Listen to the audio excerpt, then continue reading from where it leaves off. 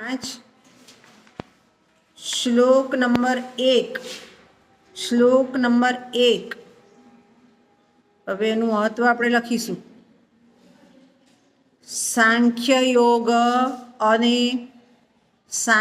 યોગ અને કર્મયોગની શ્રેષ્ઠતાના સંબંધમાં અર્જુનનો પ્રશ્ન શ્લોક નંબર 3 મહત્વના હું બોલું છું, હા, બીજા વાંચી જવાના, મહત્વના કરશો તો ચાલે। શ્લોક નંબર 3 કર્મયોગનું મહત્વ। શ્લોક નંબર 4 ફળમાં સાંખ્ય યોગ અને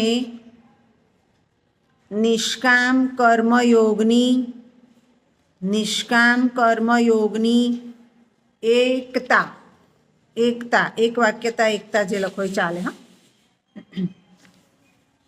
શ્લોક નંબર 10 ભગવત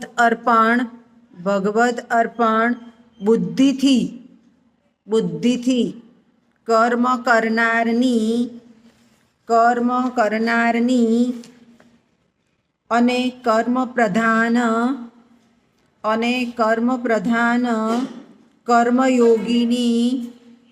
કર્મયોગીની પ્રશંસા કરી કર્મયોગીઓના કર્મોને આત્મશુદ્ધિમાં હેતુ બતાવવા।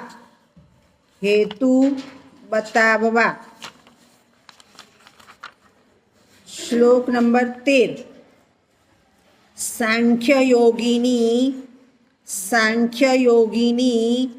સ્થિતિનું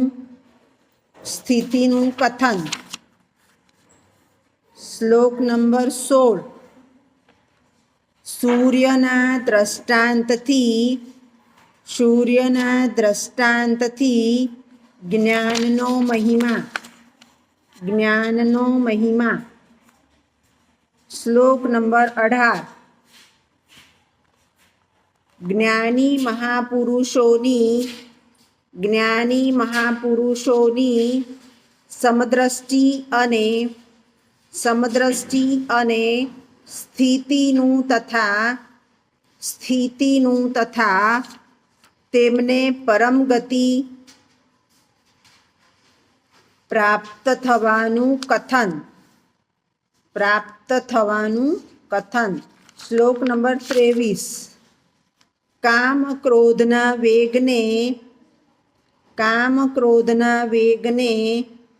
સહન કરી શકનાર પુરુષને યોગી અને સુખી બતાવવો। શ્લોક નંબર 24 સાંખ્યયોગીની અંતિમ સ્થિતિ અને નિર્વાણ બ્રહ્મને પામેલ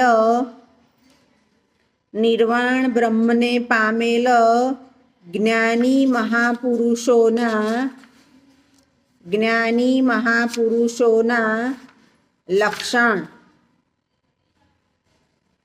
શ્લોક નંબર 29 પ્રભાવ સહિત પરમેશ્વરને જાણવાથી શાંતિની પ્રાપ્તિ। આ મહત્વના શ્લોક નંબર અને એનું મહત્વ થયું, સમજૂતી એની આસપાસ આવે। હવે અધ્યાય 5ના શ્લોકોમાં શું છે બધું એ હું તમને લખાવી દઉં, લખો। શ્લોક નંબર 1 થી 6